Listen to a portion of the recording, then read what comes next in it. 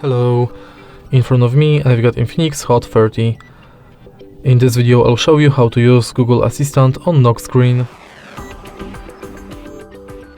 In the beginning, let's go to Google app.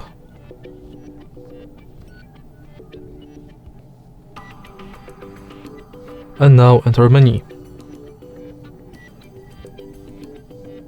Go to settings, enter Google Assistant, voice match, and enable Hey Google function.